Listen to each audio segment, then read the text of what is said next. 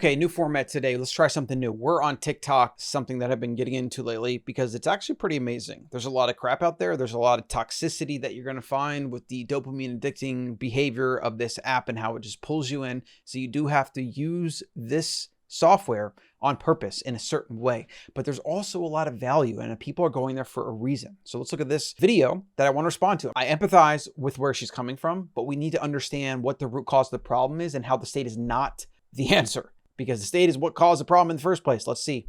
Addressing the video I made about my landlord hiking my rent up $1,200. He told us that if we wanted to renew the lease, our rent would go from $1,800 a month to $3,000. I looked it up, and it's legal in Florida. There are no rental laws about hiking up rent at the end of a lease. And it sucks because I'm getting pushed out of my hometown. The wages do not match the rental increases because of all the Northerners moving down. But I'm single, and worst case scenario, I go live at home with my parents or I live in my car. Think about the people who have kids. I know so many people who this is happening to, and I'd love to raise awareness on it so that maybe we can reach our legislators so that we have new rental laws put in because this should be illegal. Okay, so a couple things here. First of all, I completely empathize with her plight. I mean, I'm a Bitcoiner. I believe that Bitcoin is going to fix everything, and the thing it needs to fix the most is the money in the broken state.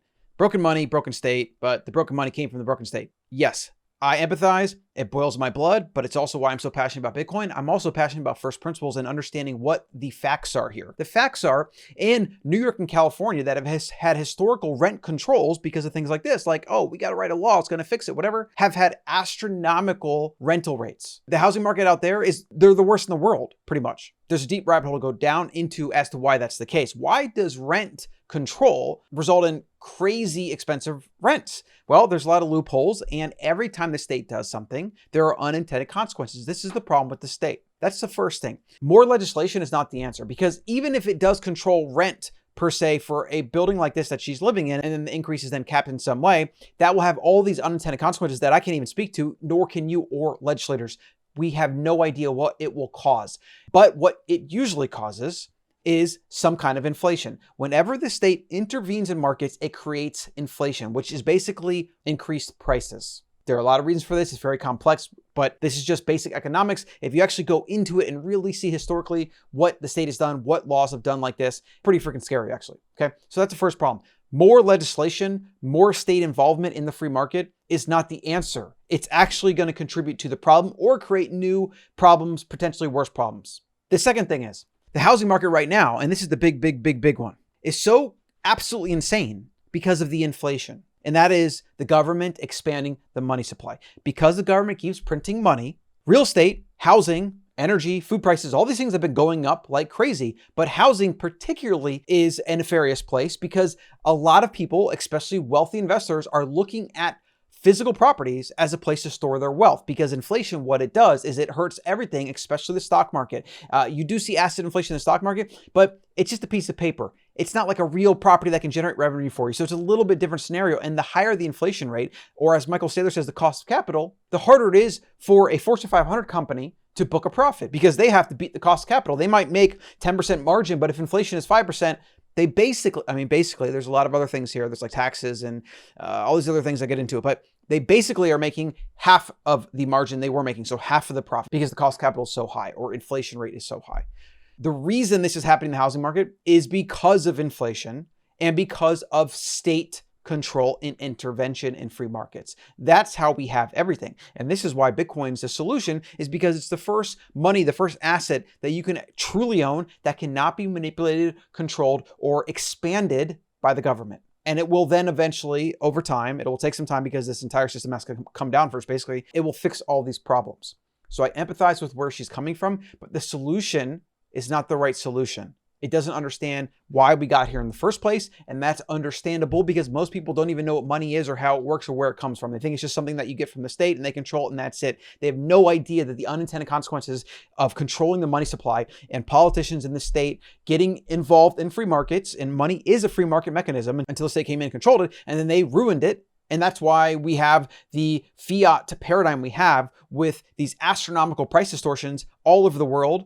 And it's only going to get worse. So the state is not the answer. I don't have an actual solution for you right now other than the state needs to come down and they need to lose their monopoly on the money printer. And then we can need to move to a Bitcoin standard. That could be a 10-year play. It could be a 5-year play. It might happen next year. We don't know when it's going to all come crumbling down, but it's eventually going to come crumbling down. And then we will see a plummeting in housing prices. We will see energy come down. We will see beef come down. We will see everything in the global economy come down price-wise. And your dollars that you earn through labor will go, well, I shouldn't say dollars because, your sats or whatever the new currency is, they will come up with, maybe it'll be pegged to Bitcoin or gold or something like that so that hopefully they learn their lesson, but probably not. No matter what the new currency is, it will go further and it will maintain its savings longer, at least until the state gets in and ruins it again. I get where she's coming from, but again, this is what you get with this type of political surface level understanding is you don't really know what's going on, what the causes, and you don't know what the solutions are. Look at some of these comments here. As a landlord, I don't want the government telling me what I can charge for property that I own, especially after a lease agreement has ended. That's what the free market is. Somebody said they haven't dreamed of raising the rent. That's your option. Free market will decide. Let's blame the people who are doing this. So this is where we get the toxic nonsense, right? The landlords and our employers, not the people who are fighting on our side, working class people. Don't forget to blame politicians. Yes, blame the politicians who aren't passing bills and intrude into the lives of private business individuals. It sucks so much. We need rent caps now. More blaming legislators. But they're blaming legislators for the wrong reason. They're saying they need to do something to fix it when they need to do nothing and they need to let the free market fix it. That's what it comes down to.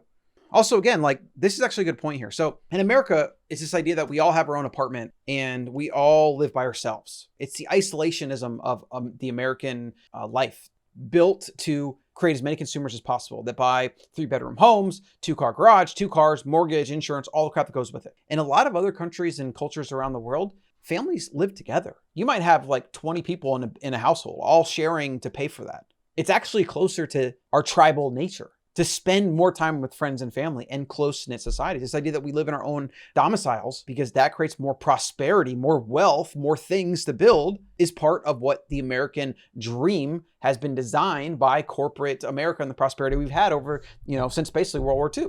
It's unnatural. It's part of the reason we're so isolated, so many mental health problems, etc. We have less community. It's more just us, more narcissism, more me, ignore everyone else, have my own place. Everything's my way, right? It's just more of this narcissistic, do everything for yourself, remove struggle from your environment nature that is partly contributing to so many of the problems with our physical and mental health today, as well as the broken world, society, economy, dollar, government, everything, propaganda, cancel culture, all this crap is all intertwined and connected.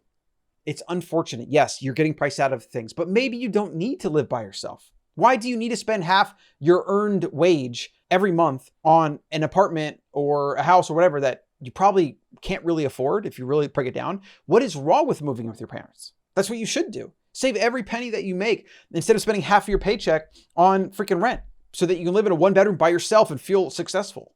It's kind of ridiculous. Buy Bitcoin with that money. And then in 5 years, when your wealth has done amazing things because you're buying the thing that all the other currencies are collapsing against, then you can buy real estate when hopefully the prices have corrected a little bit. And then you can become either a landlord or you can finally live in a house of your own or whatever, and it will have been worth it because you earned it. You don't need to give away half of your earnings to live in some nice place. It's such a modern delusion that I see. It's this, people get stuck in this rat race because they want to live in a nice place, fancy neighborhood, fancy building, with the whatever. After a couple months, they're like, oh yeah, I live there, whatever, no big deal. I don't even go to the pool. I don't use a gym. I don't do any of the amenities that I was so excited about. It's unfortunate, but it's just another form of the keeping up with the Joneses, keeping up with society and social media rat race bullshit that keeps people poor and beholden to these things in the first place. I got more coming your way. Get the Better Human newsletter over at thebetterhuman.co and subscribe. Maybe share this if you want to. Let me know in the comments what you think about this. It's a thorny subject. But again, the principles here are the state intervening causes these problems in the first place. Fix the money, remove the state from the market, and the market will appease. The market will fix. It always has and always will.